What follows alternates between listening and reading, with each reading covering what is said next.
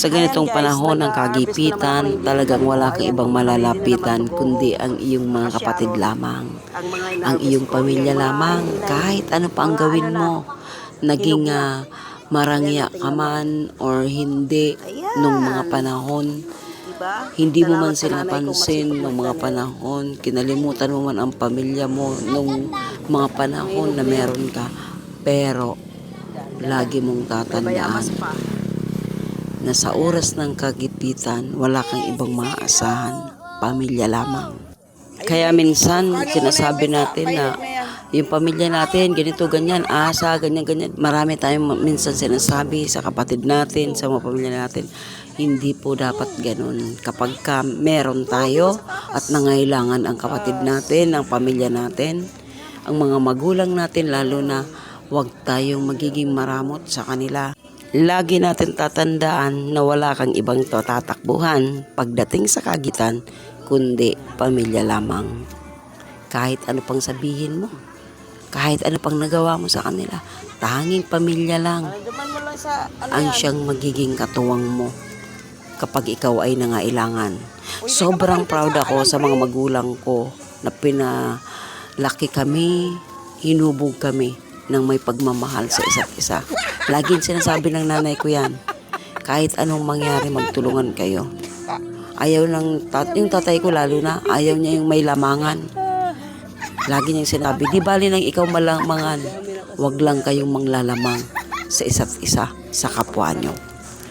Wala silang mga natapos, yung mga magulang ko, elementary lang sila, pero napakaganda ng mga payo nila sa amin. Kung kaya, lumaki naman kami na mayroong malasakit sa isa't isa. Na kahit nga minsan, nararamdaman naman namin yung mga ups and down, yung mga negative sa isa't isa. Pero naandun yung pagmamahal na kung saan kami hinubog ng aming mga magulang, bata pa lang. Kung kaya't ito rin namamana ng aming mga pamangkin. Nakakatuwa nga talaga na minsan kahit napapagalitan mo yan, minsan mga makukulit din talaga yan. Pero kung ano nakikita sa amin, kung kami magkakapatid, yung closest namin nakikita nila, sila din. Magkaroon man sila ng mga tampo-tampuhan, away-away, syempre parte na ng pagiging bata yon. Pero kapag meron silang mga pagkain, mga ganun, makikita mo din sa kanila. Grupo-grupo din yan sila. Nakakatuwa, di ba? Kaya napaka-importante yung maging mabuti kang halimbawa bilang nakatatanda sa mga nakakabata. Ngayong panahong na nasa kagipitan ako, sobra akong nabavalue ang presence ng family ko. Yun bang kapag may kainan ako, nakakatuwa kasi kahit hindi ako magsalita, kusa na lang silang naandyan, ganyan. Ang galing. God is always making way talaga. Kahit hindi ako magsalita, sila talaga may kusa. O diba? Wala naman akong na-invest sa kanila, kundi pagmamahal lang na meron ako bilang kapatid nila. Pero sila, ngayon, ramdam na ramdam ko yung presence ng bawat isa. Yung kahit wala sila, yung kahit gagamitin na nila, pag nakita nila ako, minsan nga mini-message na lang nila ako. Punta ka dito, ganito, ganyan. Kakatawa. That's the importance of a family. Kaya huwag natin kalilimutan. Ano man ang marating mo, ano man ang makahinatnan mo sa buhay, always think that you have their family in you. Napaka-importante ng pamilya because family is a school of love. Kaya habang malalakas pa, go home and bring love to your family. Huwag kayong magsasawa. Hindi naman perfect siyempre ang bawat isa. Pero ang lagi nating tatandaan, ang perfection ng bawat isa ay nasa iyo, nasa isa't isa din.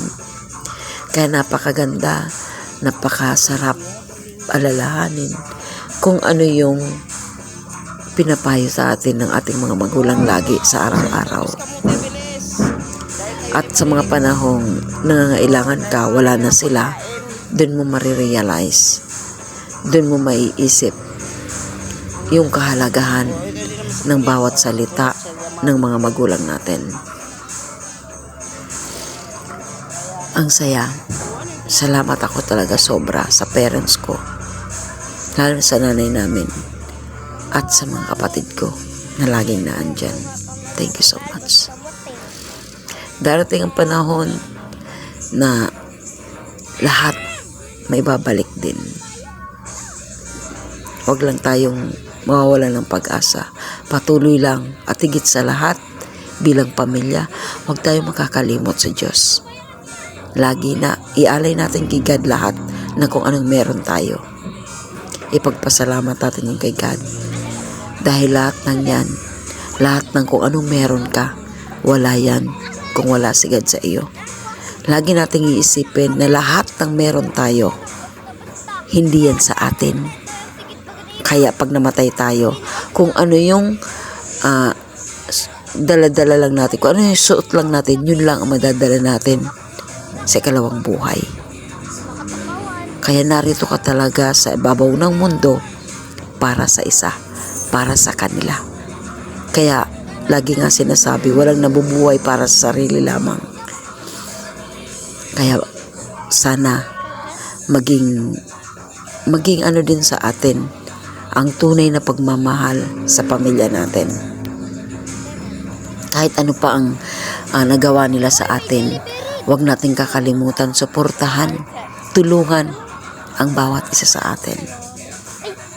Dahil napakagaan sa kalooban yung tumutulong ka. Yung tumutulong ka na wala kang hinihintay na kapalit. Napakaganda nun, napakasarap sa feeling nun. Alam mo ba, na kapag ka ganun ang heart mo, laging feeling mo meron ka kahit wala naman na ang laman ang iyong bulsa. Dahil ang tunay na kayamanan nakukuha sa tunay na pagmamahal, nasa puso yan. Yan ang lagi nating tandaan. Yan lang guys for today's video. Thank you so much for watching.